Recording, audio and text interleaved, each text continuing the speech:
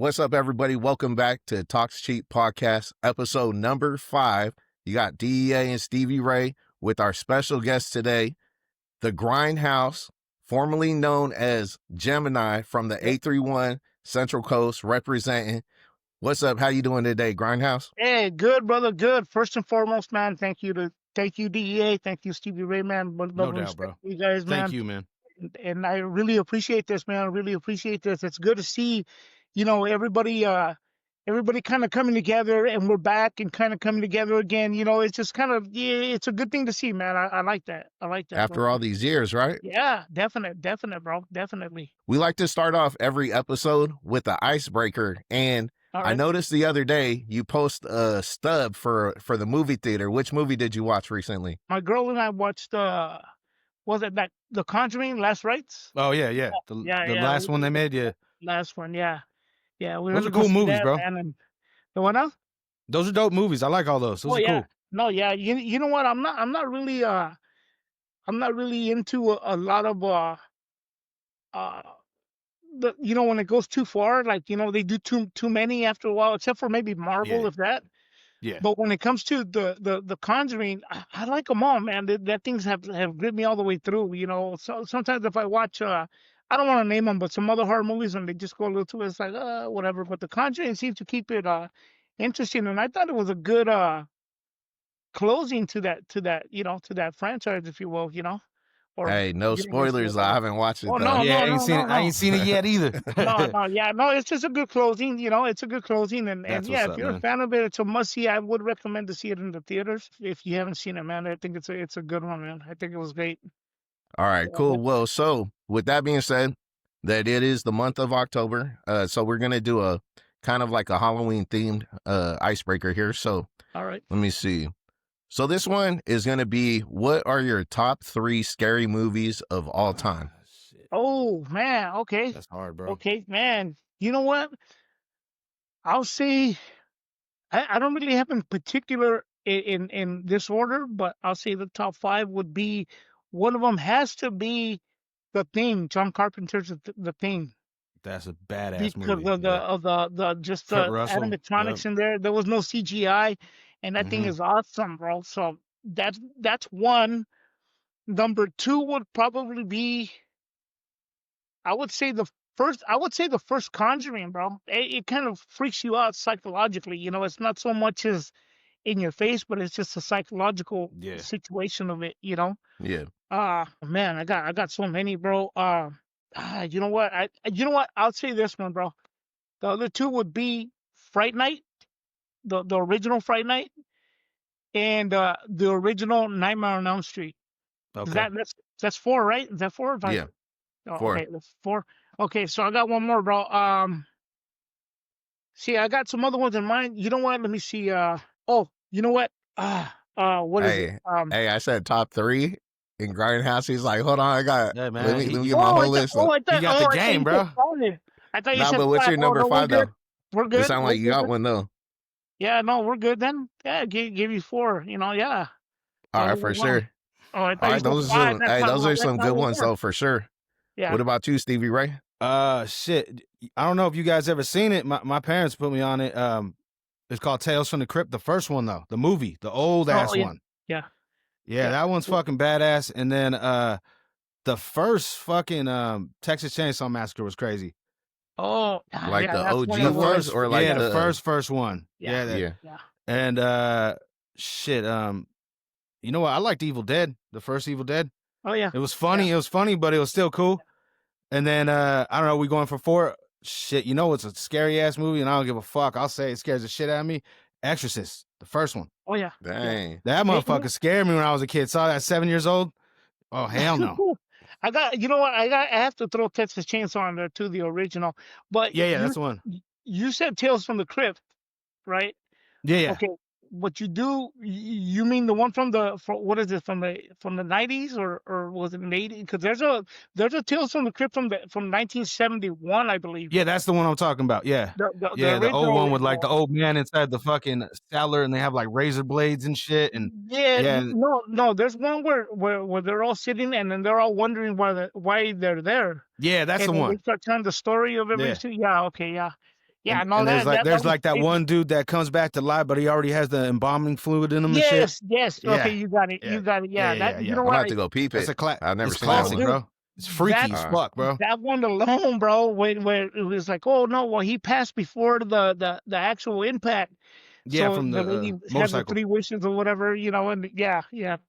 Okay, no, I won't spoil it, but yeah, no, you need to see that one, bro. That Yeah, that's a for good sure, movie. dude. Yeah, Yeah, I'm it's gonna a good peep one, that bro. one out in the near future. I'll report back on that one.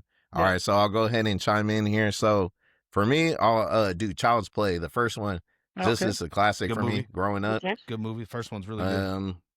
I gotta throw the original Halloween on there too. That one is one of Michael my Myers. favorites. Yeah. And Yeah. then third, I'll say Pet Cemetery was a cool one too back in the yeah, day. bro. Oh That was yeah. a fun one to Yeah. watch Pet back in the Cemetery day. was badass, bro. Yeah. Yeah, there's so many though, man, to pick from. It's a lot, but Yeah. those are good ones, man. Those are all good ones. I've seen them all, man. I wish I could be like, oh wait, I need to see that one. No, I've seen them all. I've seen them all, bro. I'm a big old movie buzz, but Same, hence the bro. name. We'll get into Same. that after. Yeah, for sure. That's why I wanted to go into something that, after seeing that, I'm like, because, some people, they don't watch movies. They just watch YouTube or watch Yeah, a lot of people, bro. A lot of people. streaming TV, and that's it. Yes. All right, cool. So just want to kind of start off from the beginning. So where'd you grow up? Where are you originally from? I'm originally from Soledad, California, bro. Soledad, California, right here in the Monterey County. Monterey County, Salinas Valley. The Salad Bowl. Between LA and San Francisco, bro. This is where it's at. It's always been home, bro. It's always been home. I have plans on moving at a certain time, but it all depends. I gotta wait on a couple of things. But I don't want to leave California. If I do, it'll be to the Los Angeles area. Gotcha. If that's the case. Yeah, that's the case. That's always been my dream, man. That's always been my dream to go out there because I'm a movie and music kind of guy. So, and it's not pursuing a dream. It's just to be out there, man, in the middle of it. That's around really it. Yeah. Well, yeah, definite, man, definite. Yeah, man. All right, cool. And then what era did you grow up in? Yeah, what happened, bro? You coming blurry? No, I'm messing with you. I'm messing with you. Man, I come from a long era, bro. I went through the breakdancing era, the original breakdancing era, bro. I'm an OG, bro. Triple OG to people, bro. Yeah.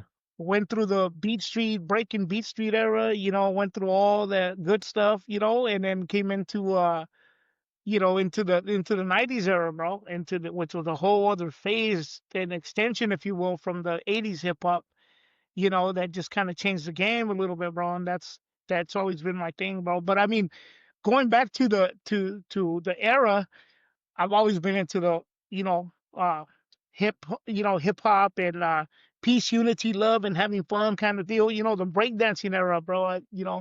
I can't say I was one of the best breakdancers, but I was out there doing it, bro. I was out there running around, spinning around the floor or whatever. It was the thing. But of course, that was like 200 pounds less Fred at the time. Whatever. It was a little bit different. And a lot younger. So it was a different time, man. But yeah, that's the area I come from, man. That's the area I come from, and it's been a good thing. It's been a good journey to look back, and sometimes I tend to forget, like, dang, man, like, man, I've been around for a minute, and you look back and you go, man, I've enjoyed life, I'm really enjoying life. I really enjoy to see the transitions that's gone through in hip hop, Yeah. and yeah, man, that's what it is, man. That's where I'm at. Well, how was it like growing up back in Soledad back in the 90s? What was it like back then? You know what, bro? It was always at the time.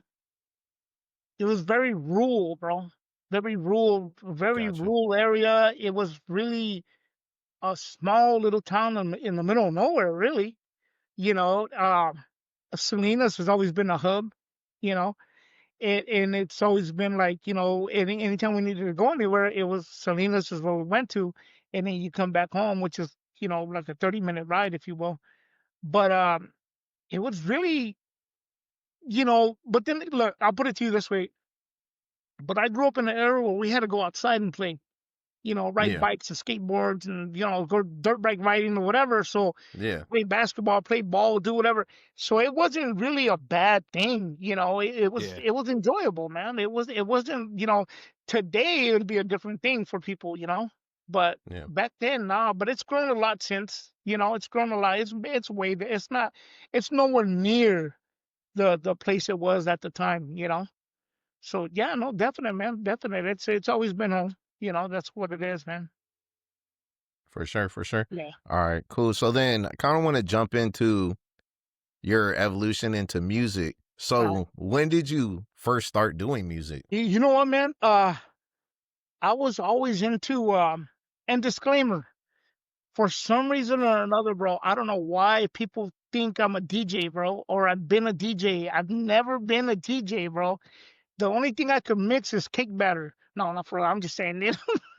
But Yeah. no, you know what? The thing about it, bro, is like I've never been a DJ, but I've always been into, again, like Run DMC, Slick Rick, all the early stuff, LL Cool J, all that stuff that came out in the beginning, the East Coast rap, if you will, the beginnings of it. Um, KRS. KRS-One, yeah, all that stuff, bro, all that stuff, uh, Rakim, and Rakim, bro. It's my yeah, favorite all rapper, that stuff, Rakim, man. yeah, Eric B for president, all the stuff, Hell yeah, that bro. comes into play. Well, even further is Africa Bambaataa and all, the Soulsonic Yeah. Force, all that Mhm. Melly Mel, and the Furious Five, stuff MC like that. Shan, yeah. But I was always the kind of dude, bro, that I would just kind of, and I can't freestyle. I'll tell you that I cannot freestyle. If you got to take me out, you might as well just go for it, bro, because it's not gonna happen, bro. I can't freestyle. But um, the thing about it with that, I've always been the kind of dude that would always kind of like just have my raps written and stuff, and then I would just play around with friends in the cars and stuff. I never really took it as anything. It was just kind of like I was making either fun of a situation or whatever, that whatever, and that was it. I got into that. When I really started getting into it was it would have to be around 92, bro. 92 Crazy. is when it really, really kind of like, okay, and mind you, when I started doing that, I was at a friend's house, and he's a DJ. He's a DJ. So he was playing, he was just playing a bunch of records and stuff. And there was a guy there from out here. He's a little younger than myself. And he started playing, the Humpty Dance, the Mhm. Digital Digital Underground. Underground. Yeah.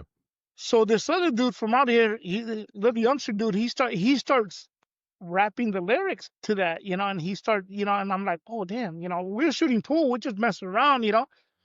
So I hit him up. I said, hey bro, I go, you want to do some stuff, man? We could record. I got some stuff at the house and stuff. And he was like, yeah, man, yeah. So I met up with him there, and mind you, I didn't have anything. I just had a boombox with a bunch of instrumentals on cassettes. I had the instrumentals on the other side. Yeah. And we did a bunch of songs that we just kind of wrote our own stuff and just went for it from there, man. Those kind where you had to record, but you had to be quiet if mom's knocking on the door, you had to start all over again. And Yep. Yep. and what we did, we recorded like, I want to say like 7 songs, if I'm not mistaken. And I sat on those things for a while. It was just kind of whatever. And then a lot of them were cover songs. See, at the time, nobody knew of Cocaine from Ruthless Records. He's been on Snoop Dogg's albums and stuff. He had an album called Funk Upon a Rhyme. So a lot of people didn't know about that stuff. We didn't have internet at the time like this.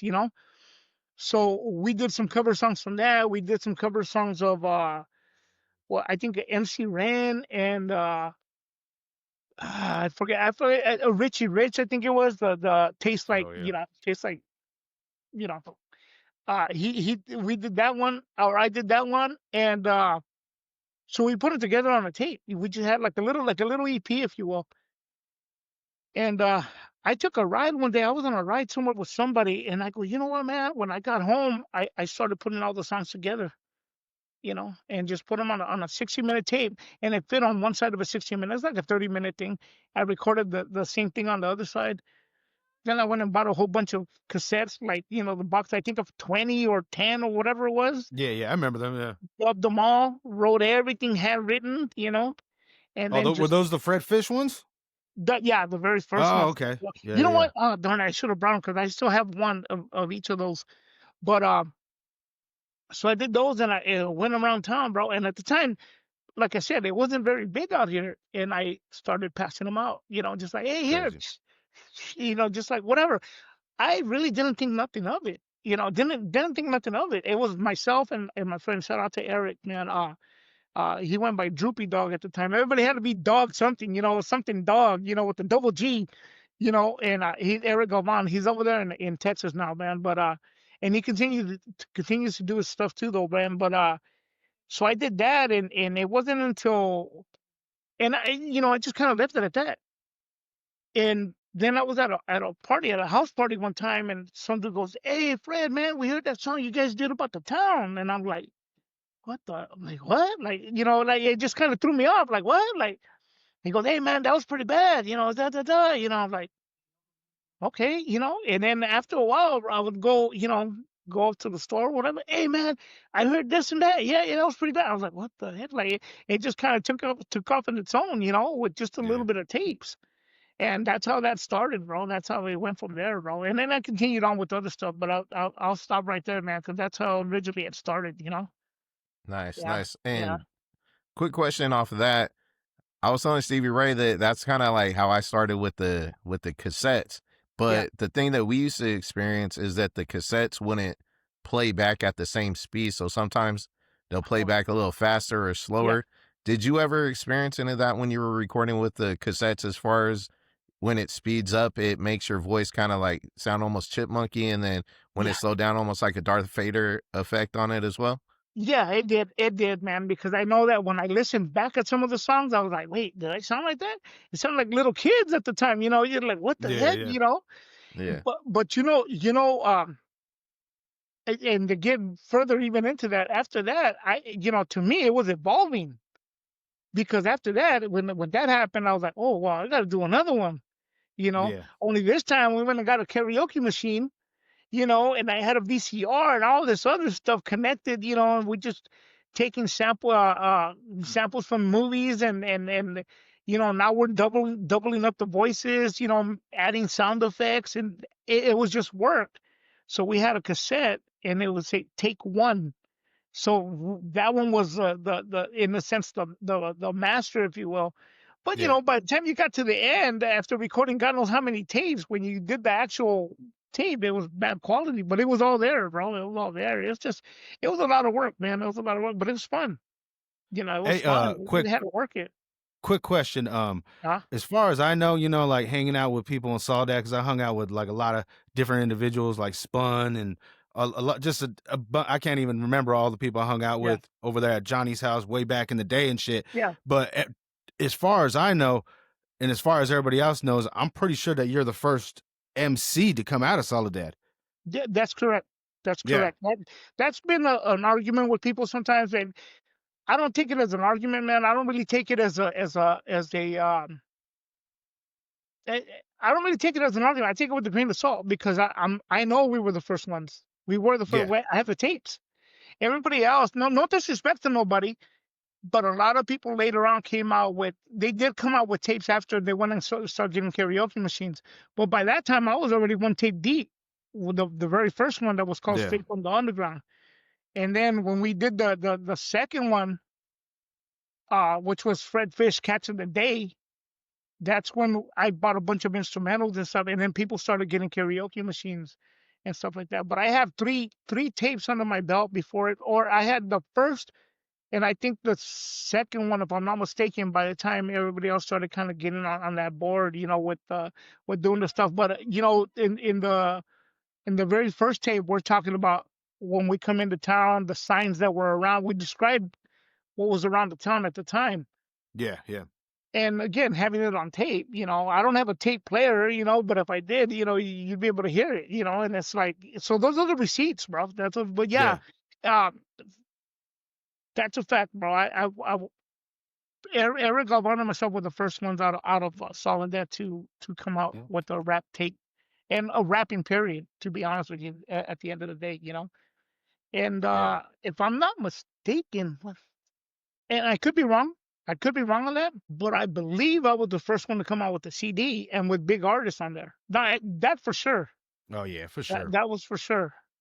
But I'm almost positive of that. it was just but you know what, guys, I'll say this, I'll say it like this, man. I'll tell you guys like this. Whatever anybody's opinion is about that and be like, oh, this and that, I never did it to spite anybody, man. Like, oh yeah, Yeah. yeah, I'm the first one. It was just I'm doing what I love, bro. Even Yeah. the whole podcasting, everything else, I'm doing it because I love it, bro. And that's it, you know? Yeah. It wasn't to be like, oh, I'm the first one of this. It just happened to be that way. That's just the way history fell in place, you know? Yeah. And I think rather than anybody, and which is kind of rare now because a lot of people are grown, you know, some people, you know, perhaps maybe they didn't grow up. That's out of my hands, you know, but rather than to be upset, man, it should inspire people, you know, and be like, Yeah. wow, hey, cool, you know, and be happy that we did stuff, you know, that kind of put us on there, you know, and Yeah. that's really it, Made man. it easier for everybody else, you know. Yeah, no, yeah, that's really what it 100%, man. is. Yeah, no, definite, bro, definite. And everybody became, you know, it became that era too, like, oh, we got to put us on the map, you know, we got to put us on the Yeah. map and flood the Yeah. market. And I've never really, you know, really been into all that. I just enjoyed the fun, the ride, bro. If you focus on, oh, I'm trying to get there, you may never get there, bro. It's just enjoy the ride, man. You know, it's not for us to say, you know, if the people who support it and buy it, those are the people that are gonna make us, bro. It's not for us to say what's gonna be, what anything's gonna be for that matter, you know. Yeah. So yeah, that's it, man. That's how I see it, you know.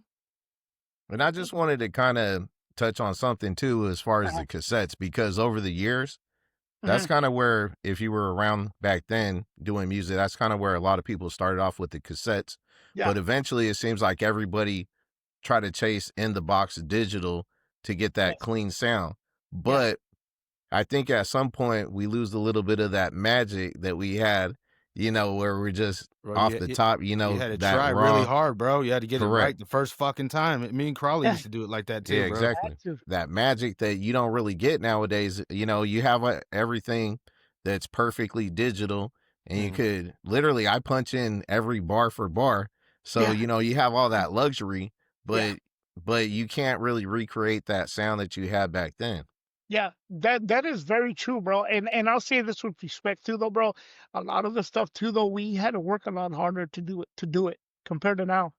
Now it's kind of like handing somebody the keys to a brand new car. Here you go, and you didn't work for it, didn't earn it. You know, it's just Yeah. kind of what it is. That's how I've always stated it.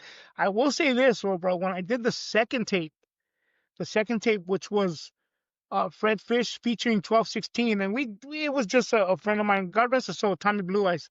Oh It man, was both rest of in us. peace. We Rest in did peace. that. Yeah, we did the catch of the day, and we went out and shot a photo.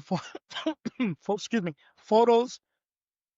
I had the tape pressed, and in reality, it was a mixtape. It was just a bunch of songs from the Dog Pound, DJ Quick, I believe Second to None and stuff like that, or the Twins and stuff like that. Crazy. But anyhow, so we had that pressed, and I remember a lot of people clowned it. They were like, "Oh man, that's that beat, that beat." And we're talking 1997, so that was way ahead of the mixtape era that later came in Oh like hell yeah. 2003. You know, Yeah. and I remember people talking trash about it, right? And at that point, I kind of like, oh man, I was like, whatever, I didn't care. After a while, whatever, whatever. What really kind of kicked it off after was I gave one to I ran into Young Gun out of Saline. Shout out to Young Gun. Shout out to Young Gun. What up, young Yeah, gun? I ran into him, bro, and I gave him a tape. And then he I don't know, whatever amount of time it wasn't very long. He gave me a call, bro, or we were talking or something on the phone, and then he says, hey man, he goes, where did you record that tape at? And I was like, and mind you, I had the karaoke machine and had all that, we did all kinds of stuff to it, to make it, the dial tone from the old landlines, like, we had all Yeah, that yeah, stuff on there. And he's all like, hey man, where'd you record that at? And I go, I recorded it at my house. He's like, what? And he was like, bro. And I go, I know, I know. I go, I know what you're gonna tell me, bro. It's whack. It's whack. He goes, nah, bro. He goes, no. He goes, nah, dog. He goes, hey, you know what, dude? He goes, he's the first one. Shout out to Youngin. He's Damn, the first one. trying to book a studio session. You know, yeah, right. And he says, hey, man. He's like, you know what, bro? He's like, it's the way how you did it, bro. He goes, I'm still tripping on how you did that. So that inspired him to do his very first cassette tape that was called Young Gun Number One Suspect. That was his first cassette. So he was inspired by the Catch of the Day, and then from there, the rest is history. You know, we kind of just linked up and continue to move on and do stuff, bro. But yeah, no, it's just a trip. See, that's what I enjoy about it. And I'm not trying to give myself the credit. What I enjoy about it that it inspired somebody to go on and do it, bro. You know, Yeah. and it continued, and we, you know, it's a good thing, man. It's a beautiful thing if you ask me. You know, Hey, looking you back know, in retrospect too now. you know what's Huh? crazy too? Is I know like a couple different stories. Like for example, I remember going to Calicoat Studio. I don't know if you remember them, Tito and Paco. Oh yeah, yeah, Yeah, yeah. I've been there. And they were telling me, and which that was the first time I actually ever heard you on that song. Which that song, I can't even fight it anymore. It was a classic. But Yeah. they were telling me that you went over there, and you know, they were huge fans, and Oh, they said that you basically were like kind of like helped them out in a lot of different aspects. You oh know what I mean? wow. Like you kind of helped them with like recording process, and you also kind of helped them with like different things, if I'm not mistaken, with production and stuff like that. But yeah, they talked hella highly of you. So it seems like Oh, you've always been there to help artists. You know what I mean? yeah, no, you know what? Thank you for that. I wasn't aware of that part, bro. But shout out to them, man. And you know what? I have a lot of love for them when I see them, and then you know I see them sometimes on social media. I've ran into them in Salinas at a car show or something, and I always got mad respect for them, bro. But yeah, you know what? It was always that's the way I've always seen it, bro. When I gone to studios in different places, it's just about having a good time, bro. It's about having a good time and trying to get stuff done, you know, and really getting into it and really like, hey, you know what, do it like this, or if I see that they don't know, I don't go into the takeover. Yeah, You know, yeah, if I yeah, go in there and be like, hey, check it out, bro, like, you know, drop it right here or do this or whatever, yeah, yeah. little things, you know, Tricks of the and trade that you know, man. yeah, no, yeah, little things like that, you know. I mean, some of those things help, and so and Oh then it's hell yeah, good to see somebody really take it and run with it, you know, and then see yeah, them really flourish out of that, you know. The sad part is the dark side of that stuff. There's some people taking and flourish, and it's like, oh, I don't need you no more. I'm Dr. Dre, you know. Okay, I was like, yeah, whoa. Like when I first came here, you couldn't even count bars, bro. Like what happened, now, you know? But it, yeah, you yeah, know, it comes with the territory, bro. And you know, overall, man, overall, it's to me, it's always been about having fun, bro. You know, having fun with it. It's not about everything else. Yeah, there's been situations that happen and people get all saying all this crazy nonsense, you know. That's part of us as well growing up, you know, yeah, yeah. knowing how to do things and stuff like that. But for the majority of the part, bro, I've never been a confrontational dude. Like I don't like to get into it with nobody, bro. And especially even now in the era that we live in, because it's easy to sit here and say, oh, you know, whoa, whoa, whoa, whoa, whoa. And then you run into this dude, you know, and you're thinking, oh, he's a little dude and he's like 6'7". You're like, whoa, what the heck, you know? You Yeah, know, yeah, yeah, but that's beside the point. You don't know it's somebody's intentions, you know? yeah, So it's always just to be, you know, just to be good about it, man. And, you know, respect everything for what it is. And if you don't like it, it's not your cup of tea. Hey, you know what? Leave it alone, bro. You don't got to click like. You don't got to say anything. Back up and leave it alone, dog. That's it, yeah. you know? Yeah, man. Definitely. But thank you for that, man. I appreciate that. I wasn't aware of that part, man. But yeah, shout out to Tito and Paco, man. I got a lot of Yeah, good respect for guys, them. bro. Good Out there guys. in Moss Landing when they were out Moss there. Landing, yep, the old studio in the garage, yep. Yeah, yeah, yeah. No, definitely. I got a weird question for you. Well, I got two of them. One of them, the first one, I'm gonna hit you with. Do you remember the first song that we collaborated on? You know You what? you I do not, brother. you had a brother like saying something in the background, like kind of spitting game on it. Okay, I believe that was I was just wondering who that was. I always wondered, bro. I believe that was Kaz, bro. Oh, okay, Yeah, okay, yeah, I believe that was Kaz. Yeah, he's supposed to be a youngster, and I'm gaming him up or something. Is that the one? yep, Okay, yeah, yep. yeah, I believe it was Kaz, bro. It was Kaz Okay, on that. All and right. And then the I believe, second yeah. question is, when did Doom come into play? Oh, Doom, you know what, man? He was one of the first dudes. Even before I even started, I saw a cassette of his. Some girl I was dating. She or not dating. Was I dating her? No. It was a friend of mine. Take that back. It was a friend of mine. She goes, hey, check this out. And I saw it and it said MC Doom. I was like, okay. So I would play it in my ride. You know. Yeah. And then I think I was introduced to him through, was it Young God or somebody or some guy named Gypsy, bro? He introduced me to him. I don't remember Gotcha. exactly how we came. I think we did a show at the youth center, Yep. and I got to meet him there, bro. And it was just kind of like when I started recording that Young Gun spot, it was just like I just started seeing a lot of people come out of the woodwork, like, "Oh, wait, what the heck?" Like, I did, you kind of get into that, I came into a whole new world, bro, and I was like, "Oh man," like, because for a while, the underground scene, as far as with rap, there wasn't that many of us. There was a few of us. There was DEA, myself, Young Gun, and a couple of other people. Soup is always one of Apocalypse Records, and then Dre Nitty, and then all of a sudden it was just like, just a whole bunch of people were like, what the heck? But Doom came into that, man, and then he did quite a bit of the production on the Casualties of Life album. And he did some other ones for me as well, man. And then we just started to collab on that, man, all together, man. Shout out to Doom though, man. He's Yeah, always for been sure, a man. good dude. Um, he always surprised me, man, because that dude, man, that dude could just sit there and record a bunch of stuff, and I would see him just write all super fast, bro, and I'd be like, dang, already, that's it, But yeah, shout out to him, man. He's good at Yeah, what he shout out to does, Doom, man. He's man. good at what he does. Where's Yeah. Doom from? What city is he from? He's from He's from Salinas. Salinas, I believe. From Yeah, the Salinas? projects in Salinas. Yeah. Yeah, he's from the projects Yeah. in Salinas. So we've been trying to kind of piece together the history of the 831 Uh-huh. and kind of like who's who. And so for It's just me, your bro. era, That's it. Just me. No. It's Gemini, bro. Gemini so was there from the for beginning. your era specifically, like when you were starting out and you were coming up then, who specifically were the ones around? I know you mentioned yourself, Doom, Young Gun. Uh-huh. I think That Who are the other ones that were actually like that were out there too doing it when you were starting out? well, there's a lot of people from Seaside, big Oh, time. yeah. There Big was time? Playboy Chill. Playboy Chill, yeah.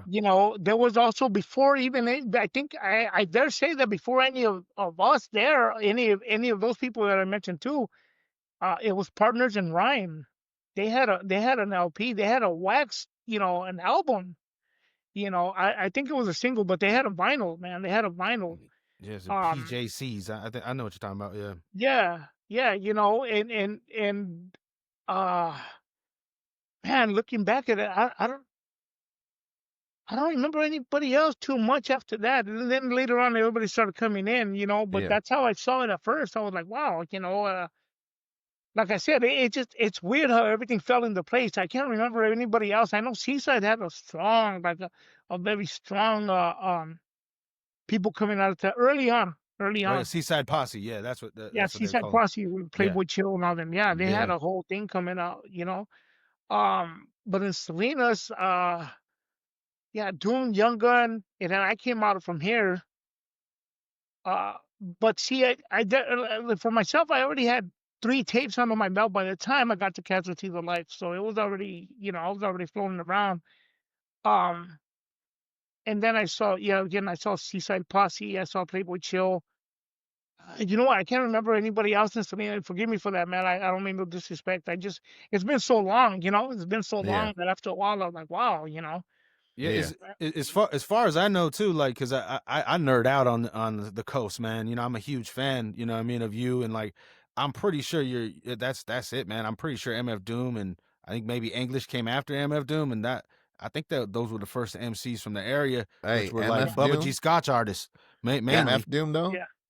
Oh, no, my yeah, bad. No, my bad. Doom. MC I'm like, Doom, yeah. dang. Yeah, That would be Nah, I know sick what you too, mean. huh? I know you. Yeah, I feel you though. He goes by Dan Grant now too, though. Doom. Yeah, he goes by does. Yeah, Dan Grant. Yeah, but What yeah, about like Big Spank and them? They came a little after, bro. They came a Okay. little bit after. PBK came a little bit after. But like I said, it's just like, you show up to the studio one day and all of a sudden all these other dudes come in and they're doing stuff and you're like, okay, well, who's this? And then it Yeah. just Yeah. kind of, you just kind of go with it. You see them, oh, they're releasing an album. I'm like, all right, cool. Let me go check it out. Street Beats was the spot. Shout out to Street Beats, that they're not around Angel enough. from Angel Street or Street Beats. Beats. Yeah. Yeah. Shout out Street Yeah, Beats. That dude was heckin' cool. and, Hey, and, what and about huh? what about before you started doing it? Was anybody that you could recall? I know you said Doom was doing it a little bit before you, but anybody that was Or doing just Doom, anything man. big back then? I really can't, bro. I really can't. I just, I really can't remember anybody else doing it at that time, bro. So I, you s- guys are kind of like the forefathers of the 831 then, we could say. I yeah, I would dare say, man, if I'm not, and if I'm mistaken, I'm mistaken. Maybe I'll stand Yeah. corrected at some point, but I believe so, bro. At least for the Salinas Valley, Yeah.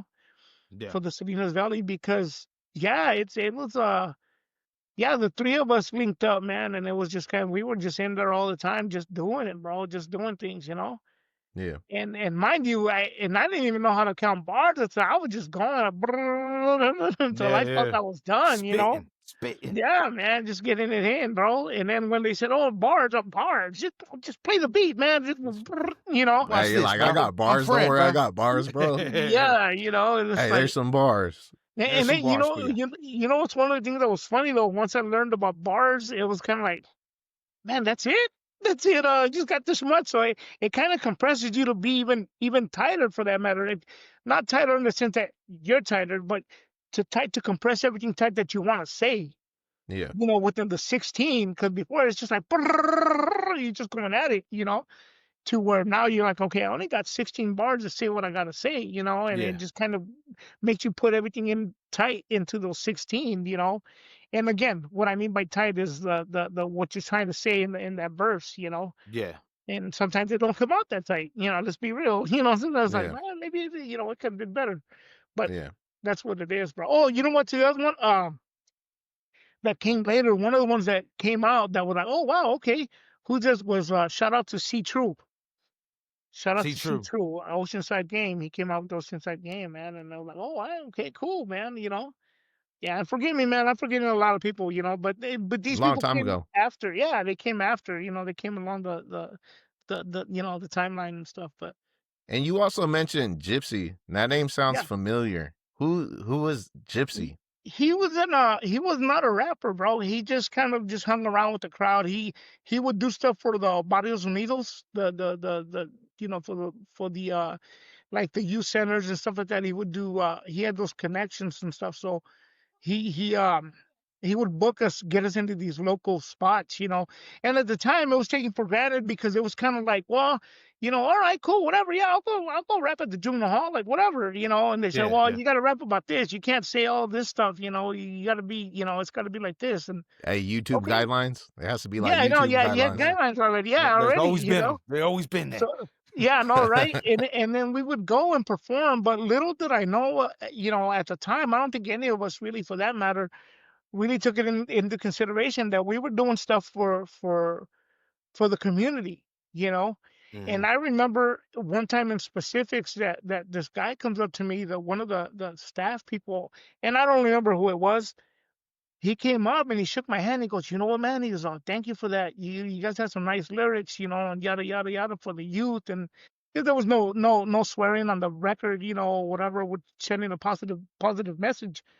And and I was like, "Oh no, thanks." It kind of inflates your head a little bit, like, yeah, I got this. Makes you feel good. Yeah. But looking back in retrospect, I think it not only humbles me, man. It makes me feel good that I think to myself, wow, like, we were really, really putting it in for the community, and Gypsy Yeah. had a lot to do with that part. I'll give him that much, man. He did have a lot to do with that. Yeah. Yeah, man.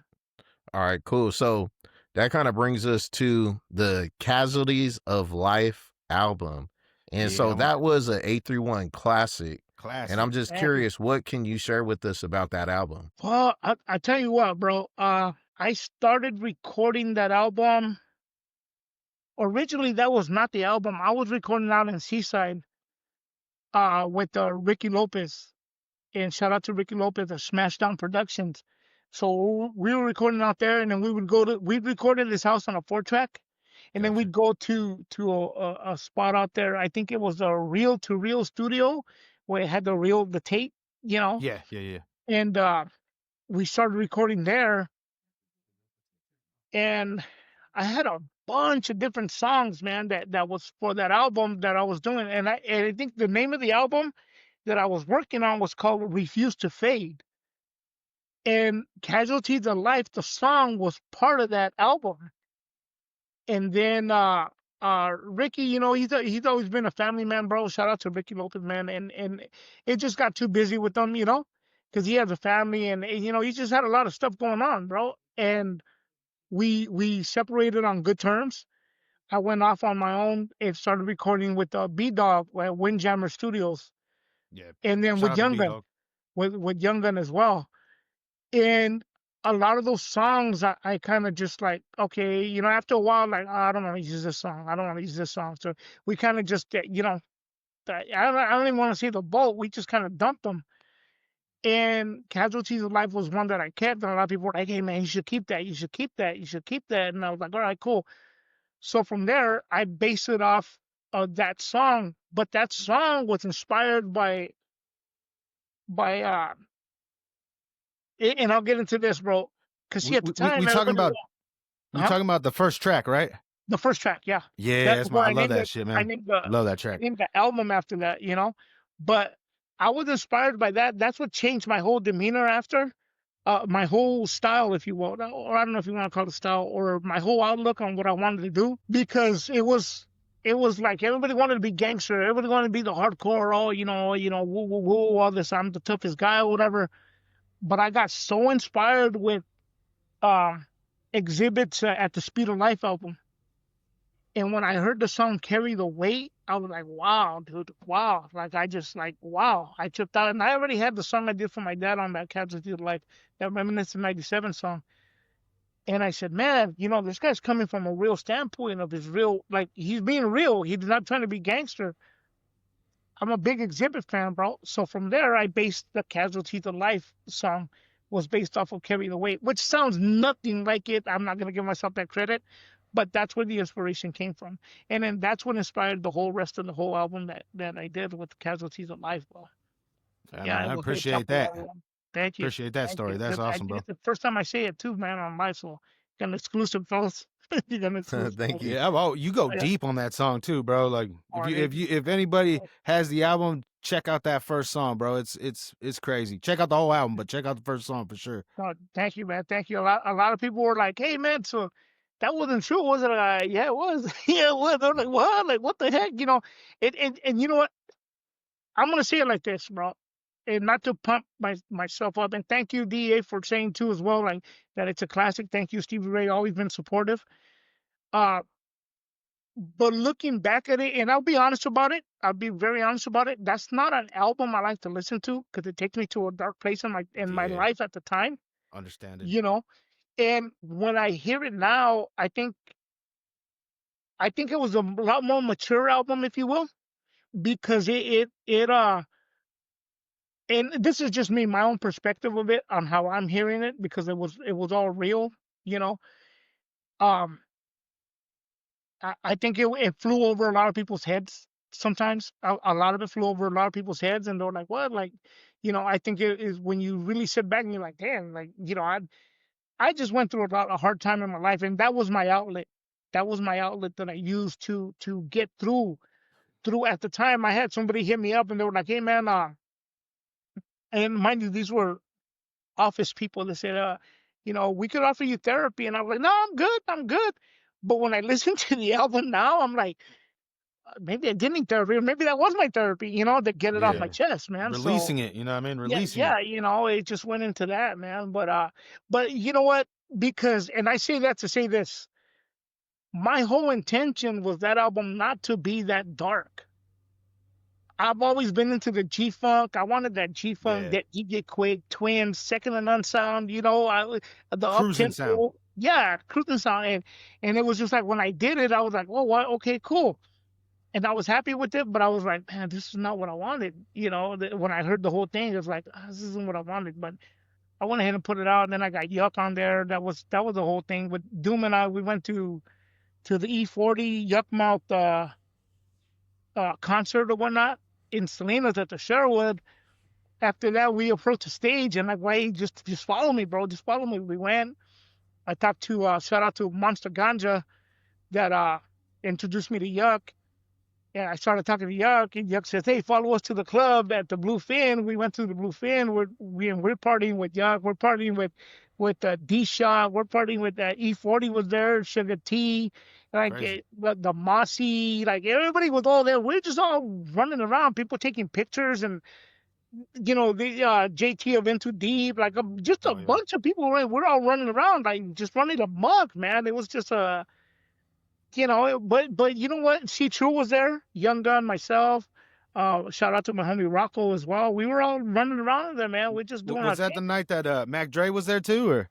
No, that was a different time, man. That was a different time. Yeah. So it was a trip, man. It was just a trip. It was just it was just running amok, dude. Like running amok. It was just crazy to me. That's when I hooked up with Yuck. The next day, we went to go record with Yuck. Yuck came to record with us, and that's how I got him on Casualties of Life, and that was it, man. That was it. It was just, I mean, we pulled an all-nighter, dude. That was just, it's just wild. I can't do that no more, bro. I can't do that no more. Yeah, man. It's 9:30. I got to be home by 10. I'm going to bed. Hey, but you guys made that is like considered, especially the people from Soledad, but from everywhere in the coast, that's considered a fucking classic, bro. Thank you, bro. That is considered a classic. Thank you. I appreciate that, bro. And again, it wasn't because, oh yeah, you look at me. It's what I love to do, bro. It's what I love to do. It was my dream, and I remember even feeling a little intimidated, bro, with Yuck. Like, for sure, man. Doing a song with them, And then Young Gun said, "Hey man, like this is what we're doing it for, bro. This is what we need. This is what we're trying to get to, And then the pen just flowed from there, and we just went in and did stuff out, knocked stuff out, and got it done, and that's how that went down, man. And took pictures, and Yuck didn't want to. He didn't want to leave. He wanted to kick it. I had never seen anybody smoke that much before in my life, bro. I'm like, dang, bro. And then he had to go. He had a show with Fat Joe and Ashanti in Hawaii, so he had to fly out. Crazy. And my homie Rocco, bro, he had a little Kia, and he went to go pick up Yuck at the hotel, and Yuck rolled up. Just a real dude, bro. As a matter of fact, I ran into him. I think in April, and still the same dude, bro. He's like, "Hey, what's up, bro?" We just talk cool, bro. It's just like a real friend, It's not a. It's just, it feels good to see him, It felt good to see him, and introduce him to my nephew. Shout out to my nephew Eddie Vega, and it was cool, bro. And then I showed him. I told him, you know what? I was about when Yuck and I, when Yuck, myself, Young Gun, everybody, and Doom and everybody, when we recorded with them, I was about to be a dad at the time. So Yuck knew that. So when I saw him in April, I told him, hey, he's, hey man, so you're about to be a dad, and I had Eddie FaceTime my son, and Yuck shouted out my son. That's not on footage, and that was a private thing between us. And Yuck was all, hey man, I knew you were in the belly, My son was like, what the heck? Like Yuck hit me up, all crazy, That's crazy. And it was just a good thing, man. It's an overall good thing, man. It's a good vibe overall, Unfortunately, like I said, it's not an album I like to listen to, but I respect everybody that did appreciate it. I had a lot of people tell me too, like, you know what, this came at a time when I lost this family member, and it helped me get through this, and yada, yada, yada. And love and respect to everybody, man. I respect that. To me, it's more of a time I don't want to remember for myself. But if it helps somebody else out, then it did its job, man. And I appreciate that. And thanks to both of you, man, for that. Thank you. I appreciate that, man. Yeah, 100%, for sure. man. And then thanks for sharing, bro. Yeah, thank you very much. I appreciate it. And with that, so you have Two Face Entertainment. I guess kind of go into that a little bit as far as like how that started and and who was on it at the time or who's in it now? Because you still have it obviously, but now it's a podcast, right? Yeah, You got well, the Two Face podcast. yeah, no, it's still a label. It's still a label, and I expanded it into a podcast, but it's still a label. But at the time, well, see, I was I was working on Casualties of Life, and I was like, man, I was thinking of starting a label, and I went and got this was 2000, no, early 2000, I believe, or 99, no, 99, and I was outside watering my grass, bro, with the thumb on the hose, and I was thinking, man, this is a nice evening, like cooling down after a hot day, then I'm watering the grass, and I said, man, then being a Gemini, I said, oh, you know what, they're known as two-faced people, I'm like, Two-Face Entertainment, and it just rolled off the tongue for me, bro, and I'm like, you know what, I'm gonna run with that, and then I was like, green, because that's the emerald green, the color, the emerald green for a Gemini. I said, oh, that's what I'm gonna run with, and that's how that started off, bro, in '99, and then it officially was said, I think in 2001, I believe, when I came out in the paper, it said that that I had started a label, but then I was on the 831 compilation, and they put us under Two-Face Entertainment instead of like individuals or whatnot. But at the time, it was myself, and I had a whole group of people. I had a bunch of people. The problem with that, and I even had a female, but the problem with that was that it just got to the point where it was just like a lot of people weren't really serious, and it just at the end of it all, it just kind of it really fell apart. It really fell apart. And again, not to get preachy, but I believe that you know God takes people out of your life if they're not prepared for your next chapter. As soon as those people left or were cut loose or whatnot, everything started coming in. Yuck came in. Everything came in, at the time, and it was like, wow, like Young Droop at the time, Chaos the Assassin, uh, uh, Dutch, Mr. Key, shout out to Dutch, man. He still runs We the West, and on the Sickness, um, and so on and so forth. I would have had Woody on there as well, but it just didn't, it just didn't happen, bro. But I got to talk to him as well. That's Just a awesome. bunch That's of cool, stuff man. that came into play after that, but then there was Doom, and then I had AOD, which was shout out to and rest in peace to Tommy Blue Eyes. Shout out to Nevis that passed away. Both of them. Um, they were called AOD. Ancient ones dialect is what they went under. They were more of a darker, almost like a 3-6 Mafia kind of vibe to them. Where were they located? They Yeah, were I was a from, fan of Tommy Blue Eyes for sure. He was yeah, badass. they represented Sacramento. They represented Oh, crazy. Sacramento, but they were from, I think, like the Sonora, Modesto area and stuff like that. So, Wow. but they came out, and nothing bad about that, because you figure if you got like UGK who represented Houston, but they were from Port Arthur, so Yeah, yeah. that's how this was too Yeah. as well. So then it was them, and then I had Young Gun was in it for a little bit. We put out the 16 shots, and Classic. then from there I had a lot of other artists, and right now you know what, not to get into the dark side of things, with egos and stuff like that. Then I put out a bunch of other artists, and then sometimes it's just like it's just hard to deal with artists at times, that especially artists that don't want to work, that feel like, oh, I made it. Hey, you know what? This is your problem. This the label's doing wrong. I'm already, I'm the Tupac of this era. Whatever. No, you're not, bro. You got to work it. You got to work it, and they don't want to work it. Yeah. So I lowered it down, bro. We crashed it down to right now it's myself and Eddie Vega as well. And then I'm open to do projects. I'm open to do stuff. Like I said, we've been working with the Underhogs and stuff like that. But it's just so much easier when you're working with somebody that really, really knows how to work. And because I would have it, and I'm gonna say this real quick, but I never said this before. You get a lot of people that come in to the label. they see the finished product. They don't know the work that goes into it. You guys know what it is to get something together. It takes a while. It takes all this, time or whatnot. They're sitting around, and then I don't have a recording studio here per se, so I would go and record. Shout out to Ghetto Ballin' too, to Tank. I would go Shout record out at to his Tank, spot. man. Yeah, no, Oh, Watsonville. yeah, in Yeah. Watsonville. Polo. Yeah, as a matter of fact, he just came over just this when was it? I think this past weekend. He stopped by real quick. So it's good to see him, man. Shout out to Tank. But so we're recording there, and then you got people who come into the label, got all this stuff, and they're tight. Don't get me wrong, they're tight. But then they come in so what's the next move? What's the next move? It's like, bro, get your beats, write the stuff, whatever, be ready so when we go. They go along for the ride and just sitting around. They're not, they're not doing anything. They're not doing nothing. They're just kind of taking space.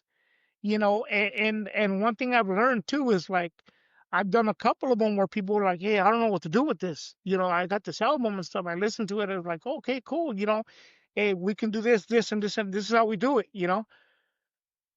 And then we put a stamp on it. Like, okay, Two-Face Entertainment, boom, let's get it out there. But see, that's the way it works in any label too. In reality, Yeah. that's how it works. It's not just like, oh, I'm part of this label and now everything is magically gonna fall into place. Like, no, you gotta work, man. It's work. And Yeah. work means not just in a recording studio, but it's marketing as well, especially nowadays in social media. Be out there pushing your stuff, bro. So yeah, man. That's how it is, man. That's how it is. Nice. All right, cool. So hold on, let me check my notes here because You're good, brother. You're good. Hey, you know what? Thanks again, fellas. I really appreciate that. I'm saying a lot of stuff that I didn't get to, that I've never gotten to say, to put Oh out yeah, there. I'm Yeah. like I said, I'm a nerd of the music, bro. Like I study everything, bro. You know what I mean? When it comes to rapping and shit, and so I got a whole bunch of questions for you, bro. I've always Oh been a no, huge yeah, fan, shoot man. 'em, bro. We're ready. Go ahead, hey, man. we're a bit of a historian on the subject here. Hey, you know what's crazy? The person that showed me you originally, now I'm remembering, is an individual named A1 Yola. You ever heard of him before? He was from Castroville back in the Yeah, day. from Castroville, right? Yes. Yeah. Yeah, He was a man. hell of No, an shout out MC. to Wenyola. Yeah, I've heard of him. Unfortunately, I didn't get to work with him, but yeah, I've heard of him, man. I've heard of him, and yeah, you know what? I think I ran into him at Street Beats or somewhere too as Yeah. well. So it's been like I said, it was always a little community running around, Yeah. It was Yeah. always that, So yeah, man. Shout out to him, man. Shout Yeah, out like to him. if Go you ahead. didn't know him directly, you knew somebody who knew somebody back then. Yeah, and yeah, that's and it was always that way, Yeah. and or you saw him on a compilation, like, oh wow, okay, this dude's on here, okay, All but right, yeah, so man. this one's kind of on a side note. I seen a Uh-huh. picture. I think I could be wrong, but a lowrider, like a lowrider truck. Oh yeah, mini truck, right? Yeah. Yeah. So did you used to have like a lowrider? Or you were into lowriders back in the day?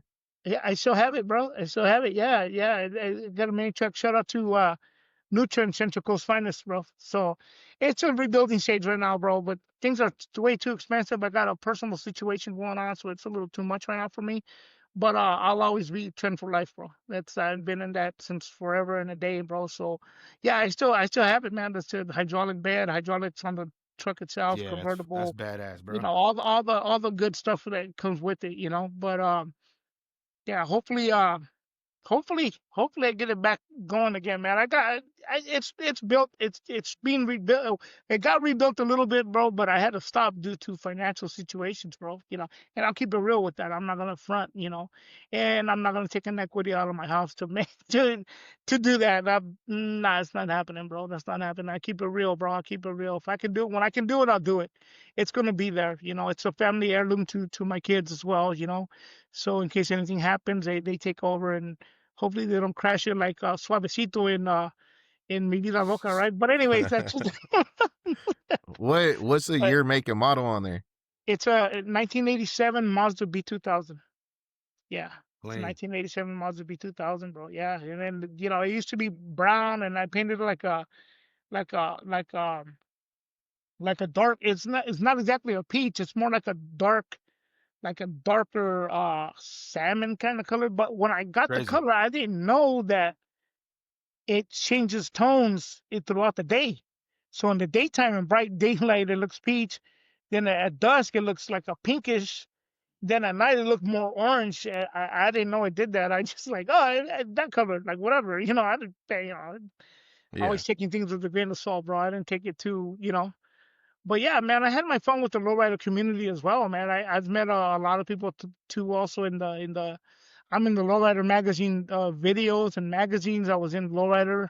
Um, I traveled with lowrider for about 12 years, man, up and down the coast, Crazy. So yeah, I was doing a lot. I was involved in a lot of stuff. I got to see the golden era, man. Cypress Hill. Shout out to Be Real, man. Shout out to, like I got to see Ice Cube. I got to meet Easy E and Kid Frost, uh Ronnie O, Joe Cooley, the Lynch Mob, KD, Rapping Forte, anybody that was anybody at the time. I got to see them in person, and a lot of them, like Easy, I got to walk up and shake his hand, and it That's was just crazy. One of my it was favorite just a different MCs for era, sure. man. It was just a different era, to go with, at the time. But yeah, it was a good time, man. So that kind of also kind of pivoted me toward the music thing, because when I saw them performing, I was like, wow, and I always watch how they perform, and I didn't see it. I don't want to say I saw it as I enjoyed it. So, I mean, I loved it, but I also saw really focused on them really working, bro. You know, to know how to move and do how. So I always kind of like, okay, I always looked at things a little deeper than just, yeah, it's a show, and yeah, that was it, man. Yeah, no, but I've been around for a minute, man. I've been around for a minute. So it's a little 5 speed, and hydraulics on the truck, and convertible and camper shell and yada yada yada and the rest, and those that say, that's a girl color on your car, yeah, but that's why I'm taking off with your girl at the end of the day, but anyways. But Hey, nah. we don't know It was nothing meant to about be like that that. though. Yeah, right. No, yeah, I meant to do that. No, yeah, but that's what it is, man. That's what it is. Thank you Were for you that, bro. ever part of a car club back then or no? Yeah, no, it's been nutrient since '89. Oh, so New Trends, the car club. Yeah, yeah, Nutrient Central Coast Finest. There's different chapters now. Shout out to the other chapters. The NorCal. There's a NorCal chapter from the Bay Area. There's one in Washington, actually. There's one in Washington, and I believe that's it right now. But then the original was the Central Coast Finest. That Do you was still from out get here from together the with city. them, Yeah. or as of What late, now? or no? Do you still get What? together with them? Yeah, every now and then. Every now and then. I just saw them not long ago. I go once in a while. I'll stop by the meetings and say hello. Kind of deal. And show my love and respect. A lot of those dudes, we all grew up together, bro. We all, we ran around, we traveled with lowrider magazines, slept in hotels, stayed, with little car shows, and all our youth was that, and it's Yeah, just that it's not something it's a brotherhood, it's not something that you're gonna like, oh, well, it's whatever, there's some of my best friends in the world, yeah, that I see them as such, So yeah, yeah, man, shout out to them. Shout out to all the extended chapters nowadays. It's not just one chapter no more, but the original, the mothership of it all was Newton Central Coast Finest out here from Salinas Valley, yeah. That's originally established in '86. I didn't come in till '89, So yeah, no, definite, bro, definite. Yeah, I'm not sure where I saw the photo, but I was telling Steve Ray, Yeah, he I was telling me think, that. I You think still I'm got gonna that ask truck, him. bro? Yeah, Yeah, bro. Yeah, no, like I tell you, man, I've been around, bro. I've been around. People are like, damn, dude, how old are you? Don't worry about it. Nah, no. all right, cool. So then we talked a little bit about this. So the Street Connect, I believe Mhm. that was the Classic. documentary, right? Yes, correct. Correct. So just kind of want to see what you could share with us about the Street Connect, kind of where you came up with the idea. And I know you talked about it was a lot of work, but kind of Well, reflecting back on that project. yeah, man. You know what? When we were going on message boards, you guys remember the message boards? We used to go on sickness, sellable.com or whatnot, Yeah, and people talking on message boards. And what happened was I started to notice when people would be like, "Hey, man, like my album dropped," and be like, "Okay, cool," you know, uh, go pick it up at Street Beats, and I'm like, "Is that it?" Like that's it. Well, like where are we going? Where are we going from this? I started to kind of see it like it. In all due respect, it wasn't going nowhere. It was just yeah, kind of like it was just, in a circle, in like in a vortex, if you will. It's just like you hear about it and on to the next, it just kind of. So I was like, man, and then I started hearing people say like, oh, I got the hottest album and yada yada yada and this and that, and then in the midst of that, some people were now starting to get into the iTunes, and all this other stuff, and I was like, okay, how do we do that? What's going on with that? So I started getting kind of looking at it, and for a while, and I will be open about this and honest, I started hearing a lot of the music from a lot of local, because I always supported local. I would listen to them, whether even if we didn't get along for whatever reason, but I heard the stuff and I'd be like, okay, this is kind of cool. This is cool. You got to give credit is due. Yeah. But I started to say to myself, well, I hear all this talk, but is it real? Or am I the only one that feels like this? I actually got a Canon camera with a DV tape. It's not even digital; it's a tape, and just could boom. I started just going around filming people, just asking them questions, uh, because I wanted to know the story, their story. And what happened was I would turn the camera on, say, hey, we're gonna, I'm gonna ask questions or whatever, and say whatever you gotta say. And a lot of them, the majority of the time, every time I turn the camera on, yo, check it out, I'm so and so. Make sure you're on the lookout for, yada yada yada, and I would let them get that out of the system, and then be like, okay, now tell me your story. Tell me your story, Yeah. and then I would cut from there, bro, because I wasn't interested in advertisements. Yeah. I was interested in the story, and a lot of people really came clean and were like, dude, it's struggle out here. We're not selling albums like we used to, yada yada yada. Back in the day there were $5, now this less, and so on and so forth. $10, then went to 5, then they went to less. And then, we're trying to get the music out, yada yada yada, all this other stuff. So I started to notice, okay, then it's not just me. It's not just me this is happening to. So that's how I decided to put it all together. And then, and it took 14 months of editing, bro. Took 14 months Jesus. of editing. And in the midst of that, my mom got sick. God rest her soul. She got sick on me, I think, in the first year I started shooting. So I took a year off. So that overall project was a 5-year project, dude. Like straight up, guys, that was just a 5-year. And I went back to shooting it because my mom ended up in a coma for 4 years, and not to get into that situation, but we can talk about it if you guys want. But I mean, I was just more like, that kept my mind going. That kept my mind going off of things, kept my mind busy. I'm focusing because and I will say this. People say, well, you should be visiting your mom, instead of out here doing this. But what do you do when you go every day and you're sitting there and there's no changes and stuff? You just kind of Yeah. sit there and Yeah. it's just beating yourself up. My mentality was more like, go out there, do stuff, come back. Come back, and hopefully you see a change, and so on and so forth, and it helped me get through. It helped me get through that time in my life, on a very It's personal your way level. of I mean, dealing with it. personal Yeah. note. Yeah, and shout out to Mark Cabrera, and prayers to him and his family right now. They're going through a lot of stuff too, though. But he's the one that inspired me to put myself in it because I didn't want to put myself in it, and he told me that when I sent him an early copy of it, he told me, "Oh, bro," he goes, your film's missing heart."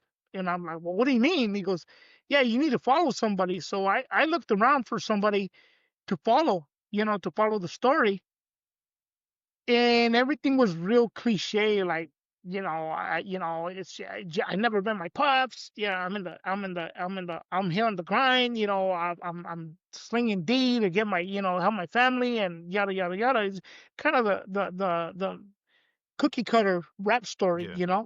And I didn't like that, and I was like, man, how do I add that to it? It just sounds too cliche. I called Marcos back, and I told him, hey, Marcos, like, this happened, and I don't like that, I don't want to add that to it. I want to add something different. And that's when he told me, Fred, that's what I meant, bro. You have a unique story, bro. Your mom's in a coma. You got all this stuff going on, I'm like, dude, I don't want to do it. So against my will, man, against my will, and shout out to Marcos, man. I you know what? I appreciate that dude. I got a lot of love for that dude, man. And I went and did it. I went and did it because I felt like, man, he goes, look, you don't gotta film her, He goes, or you can, but don't put it in the film, or do whatever you want, but trust me. And I very, very hesitant I went and shot the intro and outro to that film, and then I added it to it and I sent it back to him. He was seeing advanced copies of it that when they were like an hour and a half, maybe. At one point, it was 2 hours. It was just crazy, And then I cut it down to 1 hour. And when I sent him the final one we got, he goes, "That's what I'm talking about, bro. There you got it." So I felt good about it when I saw it, and like, okay, this is it, and that's how that came about, bro. But we traveled everywhere for that film, man. It just a lot of different things, I at the time I was working with Davina, you know. Uh I got to work a little bit with Big Tone. He was more on the engineering side. We didn't work like, hand in hand. It was more like he was in the studio recording her, engineering her, and sending me the tracks and so on and so forth, bro. So we got to do that, and I was just running around, man, doing a bunch of stuff, filming, recording, doing all the stuff, and coming back hoping that everything was going to be better, and unfortunately in the midst of that, a little bit after I dropped the film, which was I believe April 17th of 2011, when the album I had a screening for it and it finally came out. We had a screening for it, had a lot of people show up in support of it, which was a good thing. Um, so that following that was in April 17th. That July, I lost my mom, and then people said, "Oh, you're gonna recut the film," because at the end you're talking about her, and then that's it. Put a little eulogy at the end, and I'm like, "No, I'm gonna leave it as is. I'm gonna leave it as is because, no pun intended, I don't want to kill the dream." You're going after Yeah. something, and you're like, "Oh, I'm going Yeah. through this hardship in my life." It's And yet inspiring, I'm man. still trying to make it happen, and you don't want to Yeah. just end it and be like, "What? Oh, she Yeah. passed. What? And this guy never blew up." And like, well, the only thing that blew up was my waistline. But anyways, that's a whole different story, Mine too. Mine Pointing too. out the positive, but and the humor. But yeah, that's how that came about, bro. That's how that film came about. And it was 14 months of editing. I went through a lot of stuff. I had a dude. I mean, I had a guy just thrash it, man. Just but I took his I took it as constructive criticism and I ran with it, bro. And I came back and cut it down to where I needed to cut it, and I'm happy with the results. I wouldn't change a thing. A lot of people were saying, "Oh, you need to reshoot the interviews again because that's not me no more, and this and that. It's already old and yada yada yada." Yeah. What they didn't understand was I captured lightning in a bottle, in a sense. I captured a Yeah. period of time, not lightning, a period in time that we'll never have again, bro. Yeah. You Yeah. know, Exactly. so Yeah. that's the beauty of it to me, as Yeah. a filmmaker of that film, and I'm That's glad to have had inspiring, the man. people on it, yeah, yeah, bro. So now, yeah, that's how that one came about too, though, bro. And then just like as a matter of fact, I have the little the little mini poster right there from the Oh from the yeah, I see that. screening. Yep. That's Yeah, it badass. was yeah, no, April 15th of 2011 is when we had the screening. That's for the Nice. screening party, man, and we went all over the place, putting it all everywhere, bro. Putting it everywhere to show people that the film was coming out, and we had a screening for it right here in Soledad, man, and people came out, man. People came out. To my surprise, people came out, and I really appreciate that and have a lot of respect for people, Yeah. So Well, I yeah, think man, that's probably the first and last of the area that was really documented to that extent. Oh yeah, for sure, man. yeah, yeah. You know what? For sure. Yeah, For bro. sure. I'm very proud of that, man. I'm very proud of that, and thank you for that because I think it's looking back in retrospect, and again, it wasn't done with that intent, but looking back in retrospect, I think that's important to have, man, because we'll never Mm-hmm. have that again. Mm-hmm. Some of the people, a lot of the people passed. Some Yep. of the people are like, "Oh, I'm not doing that no more," and yada yada yada. That's where we're at. So, and then after that, I kind of went on a little hiatus, and I kind of just stopped for a little bit. I think that's when you thought of me, right, Stevie? After that, Yeah. right? It was a Yep. little bit Yep. after that, and Mm-hmm. then I was still doing stuff. And then I kind of went into a little hiatus for a little bit, just kind of living life, bro. Kind of living Yeah. life and just working and taking care of the family. Yada yada yada, whatever. And then my nephew kind of just when I thought I was out, he pulls me back in, and there I am again, doing stuff. But you know what? It's a thing where I have fun with it, man. I just have fun with it. That's it. It's not a I don't do it now because I think like, oh yeah, I'm gonna blow up and nah, I just do it to have fun, man. Yeah. That's really what it is. It's really what it Make is. some good That's it. music, have fun. Yeah, have fun with it. Yeah. Put it out. The unfortunate would be like, hey man, this is blowing up. I'm like, what? Yeah. What am I Yeah. supposed to do now? It's like, but no, it's just what it is. And then I see times change. The music Mhm. change. A lot of the stuff changed now. The attention span.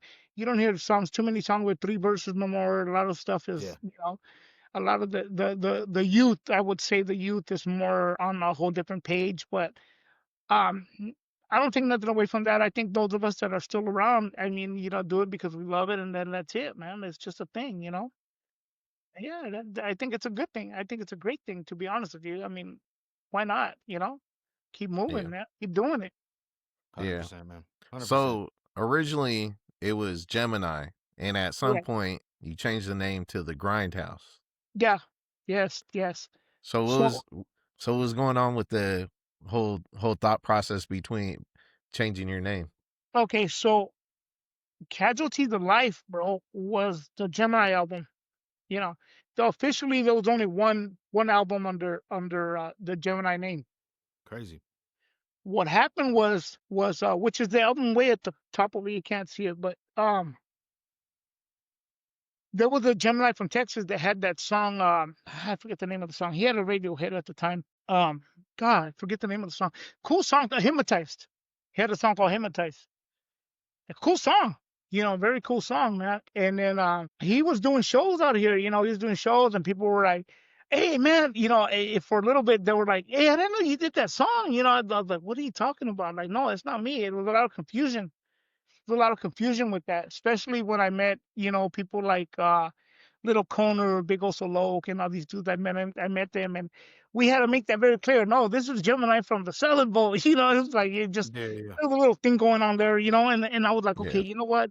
I had my son already, and I'm like, you know what? I had my son running around. Did you see him I don't know if you guys seen the bloopers of the documentary. There's a bloopers that I have on there that Yeah, it's like 2 or 3 videos, right? Like separate videos or yeah, something? Yeah, yeah. yeah. There's a part where my son's walking around. He's really Mhm. small. Now that dude's taller than me now, but he's a little boy running around, and I was like, I don't want to get myself into a jam, bro. And that wasn't Mhm. really the key thing as to why I changed the name. I've always been a fair player to where it's like, hey, you know what? We had the same name, and it's like, okay, you know what? I gotta pick something that's gonna just be different that nobody else is gonna want to have, or think of having.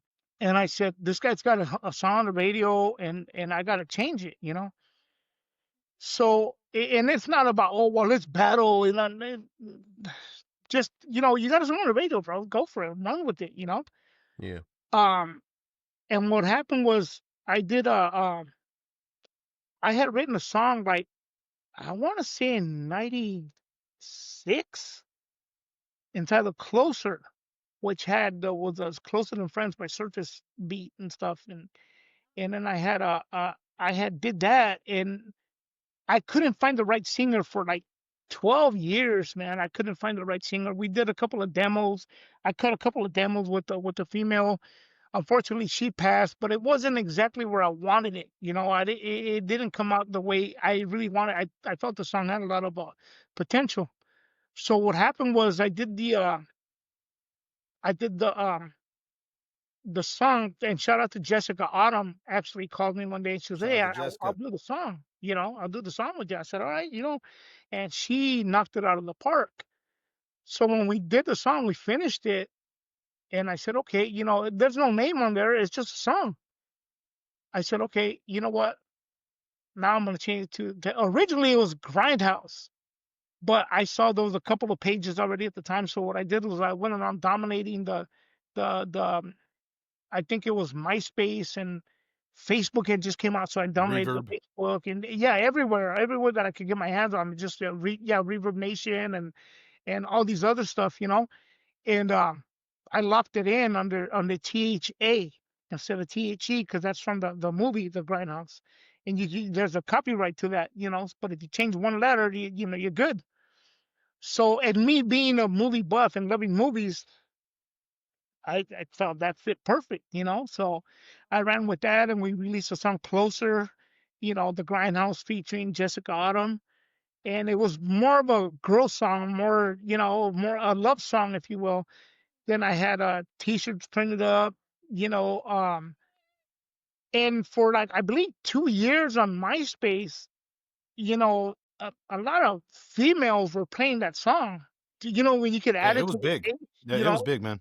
Yeah, no, it took off. I was getting at Yeah. least 500 to 600 plays a day, and I, and then I said, hey, if you add my song to your page for a month, I'll send you a free T-shirt. And I just started passing out merch, mailing it off, and then they started sending back the T-shirts, pictures with the T-shirts on, and people from everywhere. And then for the longest too, people was like, "What do you look like?" Well, because it was me wearing a hat, and it was just kind of like, you could never see my face. And when I went to a show, I think it was in Porterville. Shout out to Rolo and Jay Severe. I showed up because, hey, he has a face. I was like, yeah, bro. Like, they're like, dude, we've never seen what you look like. And it was a thing where it was just kind of almost like a Ghostface killer kind of thing, Yeah. where Ghostface didn't show his face for a long time. And but my perspective and thing on that was to sell the music. Because 9 times out of 10, if you stand there, you take a picture, you try to be all hardcore, like, oh yeah, and then you're just like, I'm not gonna listen to this. So it Yeah. just had the name, the title, and the song, and it's like, okay, well, who is this dude? And when you went to go look, you couldn't find me. You just see like a blank, just not blank, but a dude always covering his face, fitted up, but hiding the face all the time. And that worked for me, man. That worked for me for about 2 years. And then I did the Baby Boy track. I did a couple of other ones, and then I just kind of came out of the woodwork already from that point.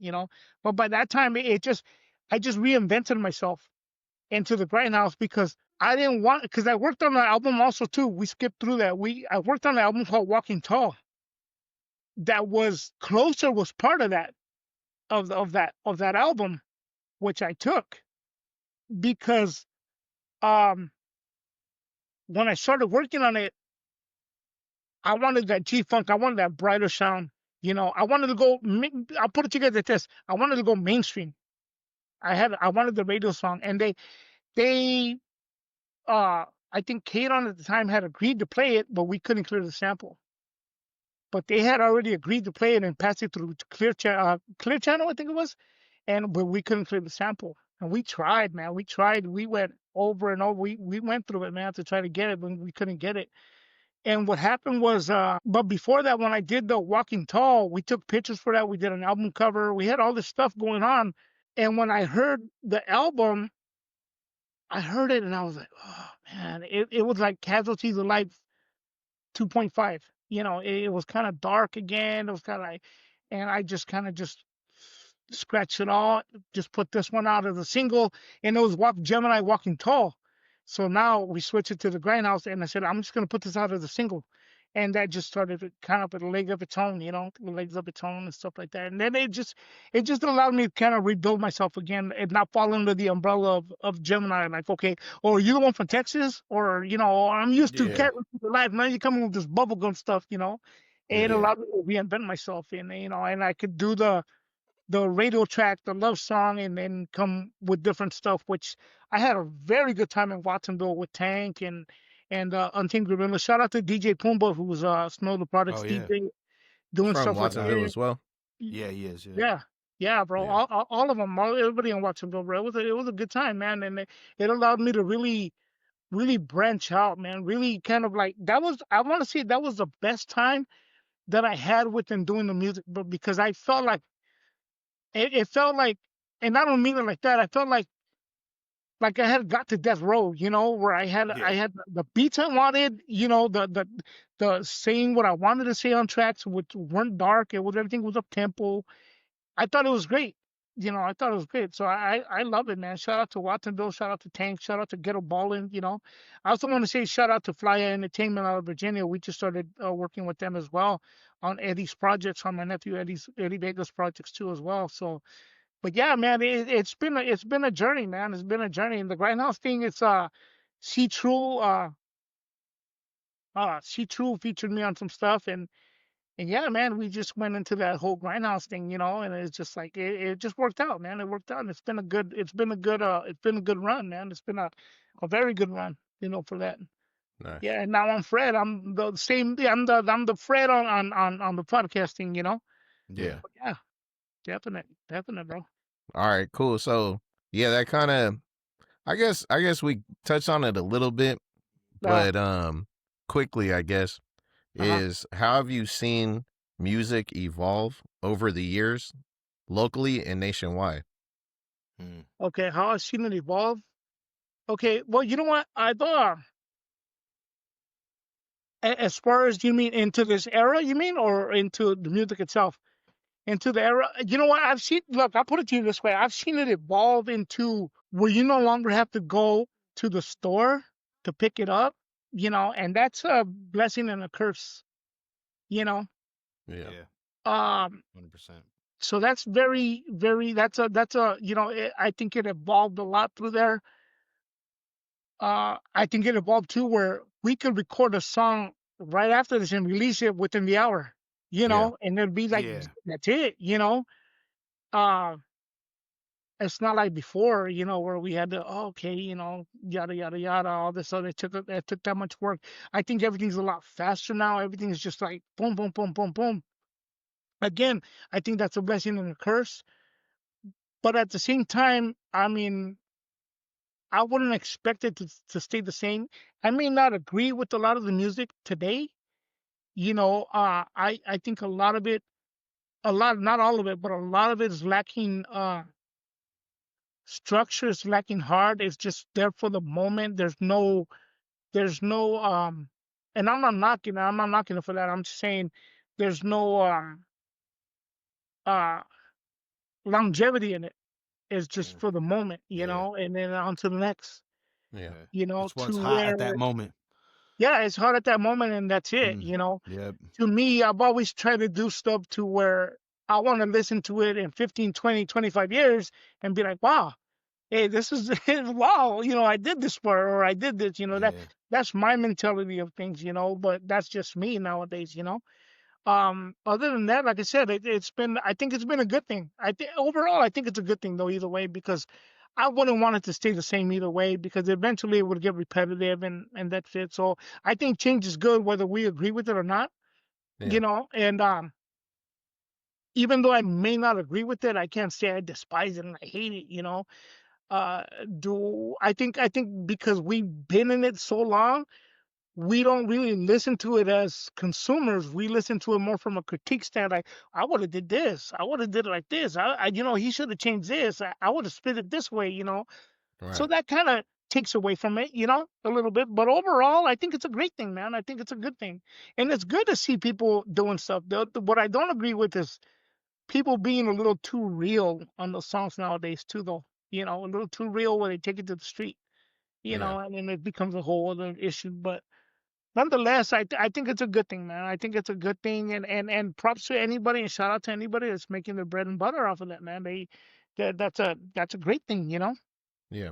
That's a great thing, yeah, Well, I definitely, think we may have to revisit this in the future because we're on the brink of AI music. yeah, So we'll see. We'll have to see how that plays out. But I'm sure we're gonna have to revisit this subject Yeah. definite, maybe in a few definite, For years sure. and yeah, see no, how it's been shaped by AI. yeah, no, Yeah. you know what? That's another thing too, though, man. That I think it's like, man, and it just takes away a lot of the creative. I think we're in an era too where we are so used to having everything in the palm of our hand. Yeah. Everything's fast, and I think we bring it on to real life to when we drive on the freeway, we drive through town, or through the city or whatever. People are just like, move out of the way, why, everybody's in a hurry. Yeah. I think that the you know the phone in the palm of our hands has taken from us to where we no longer look at things like, hey, wait, it's gonna take me this amount of time to get to this area, but we want to do it faster because we feel like, no, it should be faster. It's too slow. Our attention Yeah. span, everything is a lot slower. I mean, we believe it's a lot faster, but we've lost. I'll put it this way: we lost track of reality to Yeah. what it is.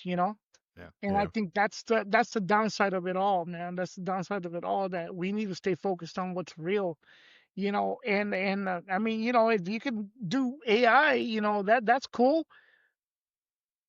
But the thing about it, what about your publishings later? Like, who's you going to Yeah. pay, the computer? Like, maybe the company say, well, we don't have to pay you since that's AI. That you Right. didn't write that. You were only going to pay you this amount because you only performed it. Now you're just a performer. You have a ghostwriter. Which is something that's been taboo in the world of rap. For people to have a Yeah. Yeah. ghostwriter, and Yeah. we're going with that now. But now Yeah. we Yeah. want to be selective about it. But Yeah. we'll see. We'll see how that works out, man. We'll see how that works out. Yeah, Yeah. definitely. I think, Yeah. well, hey, only time will tell. Right. Yeah. Yeah. Yeah. Definitely. All right, cool. And so now just want to kind of get up to date with the podcast and Mhm. anything else you got going on right now. Yeah. Well, you know what, man. With the podcast, I just, again, it was one of those things where it's like, well, you know what, man. I'm gonna start. At first, I started out with it was just a voice. It was just a voice Gotcha. Yeah. podcast. I did a couple of. You look at the older videos I have, it's just voice, and then eventually I just got into the putting myself on camera, and I was doing that out on my vehicle, and sold a couple of vehicles, and it was just like whatever.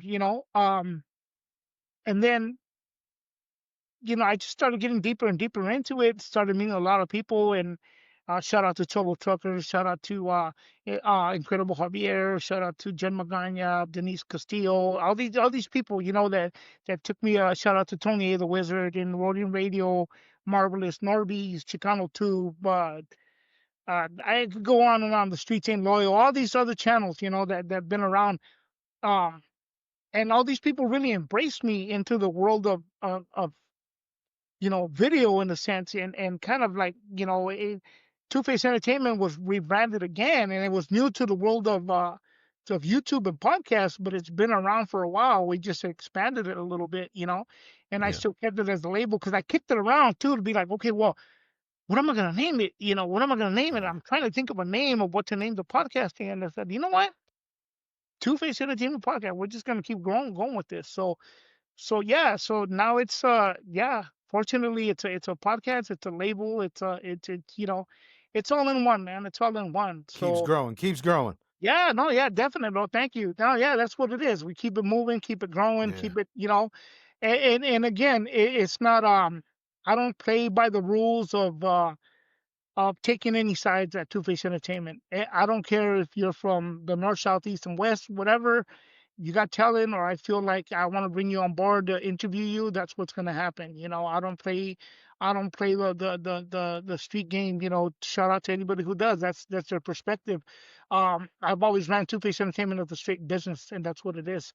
And to me, that's I respect everybody, whether I don't care what background you come from. You know, Yeah. I don't care what it is. If you come from a background, I'm gonna respect you, whatever it is, and I would expect that back from the same people. Instead of trying to dictate of what I should do because of where I'm from or whatnot. It's a beautiful thing where you can be embraced from everywhere, man. I think that's a beautiful thing, and I think that's what this podcast at Two Face Entertainment has brought, and has opened, really, really opened the doors. And have some of the people have become some of my best friends, in a sense, because we have not only did did this kind of stuff like this, like we're doing now. We actually kicked it together, had dinners and stuff, and sit downs, and you know, uh, went out to drink a little bit, and shared moments that where we're real a real friendship, man. Yeah. Real friendship, and I Hmm. think that's important to have. Because it's not just a face on YouTube, or whatever platform you're on, and it's not just or with the cameras on, we're cool, no, it's like cameras off and we're the same people that you see on here, you know. Yeah. Yeah. Yeah. So I think it's a beautiful thing, man. But yeah, no, other than that, like I said, it just to my surprise, it's taken off quite pretty fast, Nice. for me. But with that said, too, though, I think it's a perfect timing too, because I've never been the kind of dude to let it get to my head like, oh, see, yeah, I'm doing that. Yeah. I'm the Yeah. first one at the podcast, and da da da da. It's like, no, I'm proud and I'm happy because I'm like, okay, you know what? I hope it inspires somebody else to do their thing, you know. And if they surpass me, hey, so be it. This isn't a race, you know. It's like anything. You can never take away from me what I started. If I started it first, you can't take that away, even if you surpass me. I'm not in it for the race. I'm in it for the journey, man. And this is what it is. I'm having a good time. It's some of the best time in my life, to be honest with you. After even everything that's going on with me personally, which is a lot of people say it's a disaster, you know, but there's a lot of silver linings in this, you know, Yeah. whether it's a podcast, whether it's you know, a new love in my life, and so on and so forth. I think it's a blessing, man. And we gotta take everything with a good stride and good approach, because Yeah. we're here today and gone tomorrow, man. Live your life and keep pushing, man. Exactly. That's what it is, man. And that's how I see it, you know. Yeah. Yeah, man. Definitely. And Besides the podcast, anything else? yeah, you know what? We're working on a project with the Eddie Vegas project. He's got a lot of big names on there.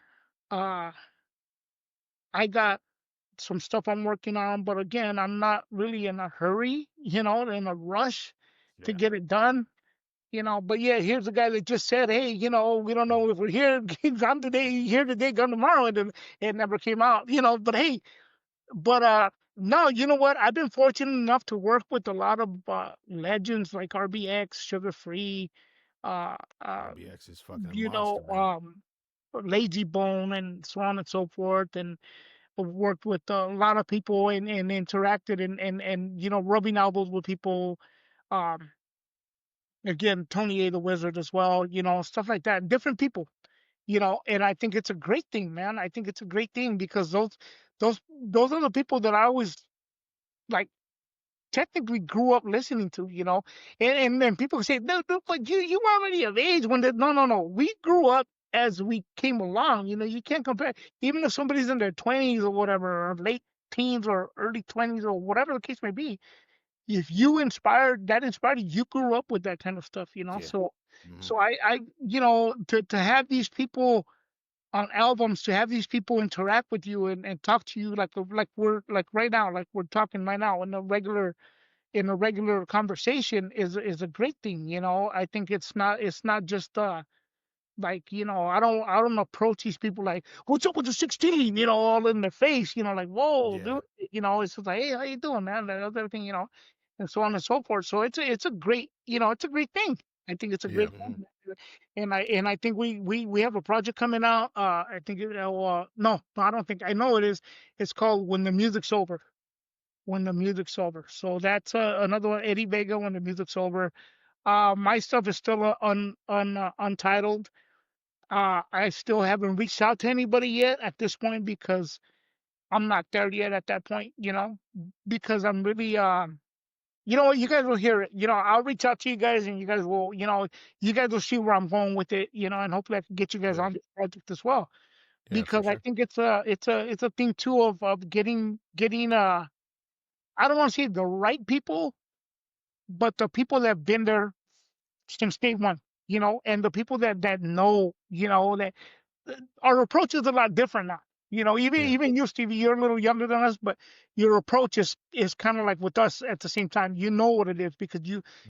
you were inspired by us from that era. So I've got Hmm. a lot of love and respect for you always, bro. And I've heard you Same, on, bro. Likewise, big homie.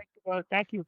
And I've heard you on Eddie's stuff, and I'm like, yeah, dude, yeah, no, heck yeah, you know, it's always a thing, you know, it's always a thing to do that, man. So yeah, like I said, right now my stuff is untitled. Eddie has his up and coming forthcoming album, uh, When the Music's Over, and we'll go from there, man. We'll go from there. See, It seems like you are always too like it's always been quality over quantity. Like you want to make sure the project is yeah, 100% good before you drop that thing.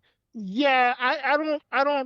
I've never been the kind of dude that like I gotta flood the market. You know, I Yeah, gotta yeah, do all this stuff and stay relevant. It's like yeah, yeah, you know, I want to be able to listen to it and be like, okay, I'm happy with that project. You know, I'm yeah. happy All with the this, way through. Yeah, and all the way, yeah, all the way through, and then that's it. You know. I mean, you know, if it was, and I'll keep it real, if it was paying the bills, maybe I'd just be like, boom, boom, boom, boom, you know, just dropping a whole bunch of stuff to get it, you know, to make that bread. But I think that that's also that can be a negative, because if you drop so much, after a while, it's like, okay, it's just not as good. You don't sound as hungry no more. I always try to make it, to where you're still as hungry, and you're still having fun with it, and that reflects a lot in the music, you know. Yeah. Yeah. So I think that's always important. But thank you for that, for noticing that. Yeah, that's the thing I've always tried to do, is it's a quality over quantity, always on that, man. For Yeah, sure. definitely. For Yeah, All right, man. cool. So I don't know. I know we went over a lot of stuff. Did we miss anything that you want to, maybe some last minute shout outs? You know what? I will say this, guys. Again, I want to thank you guys all, and Thank I you. look forward to Yeah, having. thank you, man. You're Thank you very welcome. You're much. welcome, man. I look forward to having you guys on Two Face Entertainment over here at Two Heck Face. yeah. Yeah. We'll Anytime, get bro. together with that, man. We'll after this, we'll network, and we'll get the schedules together again when we can do this, and we'll knock it out on this end, Yeah, for sure. But you know what, man? A lot of the shout outs, a lot of the stuff is just shout out to everybody that supports any of us, bro.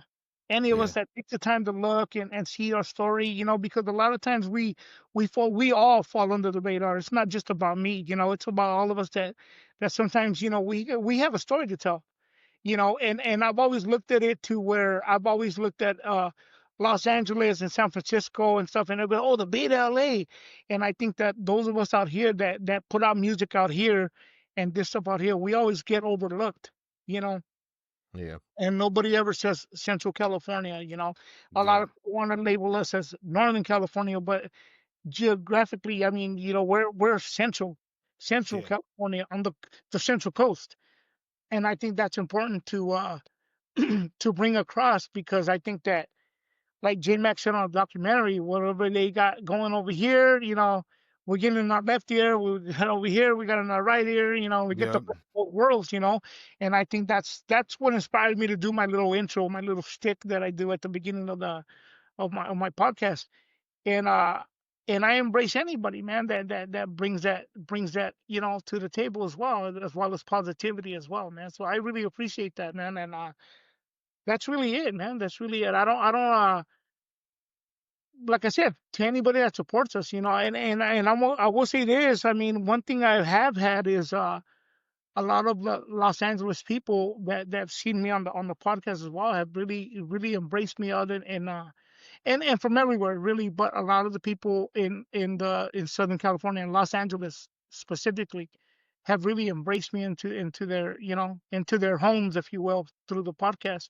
Nice. And again, I think that's a beautiful thing, man, because I want to not because it's Los Angeles, but because of the point being that I'm trying to bring that message across, I'm trying Yeah. to bring that across to them, and say, hey, you know what, man, like we're just bringing all positivity to it, we're all trying to do something, man. We're all in the same boat. It doesn't matter where you're from.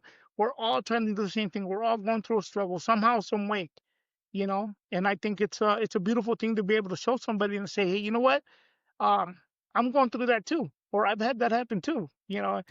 Sometimes people are like, what, really? Like, yeah, we're not that different, man. We're all we're all in the same thing, man. And I think if we can bring everybody together like that, man, it would be a really, really true blessing, man, for all of us. And I think we could all move forward. I mean, I'm not saying it'll work, sometimes, you get people that just don't want to do that, but, and that's fine. I Yeah. I can respect that, but enable for all of us to move together as people. I'm not just saying, oh, the Hispanics and this and this and that. No, I'm saying as people, all together as people, it's for us to come together like that and keep things moving, man. So yeah, man, that's why, on my thing too, I shot you guys out.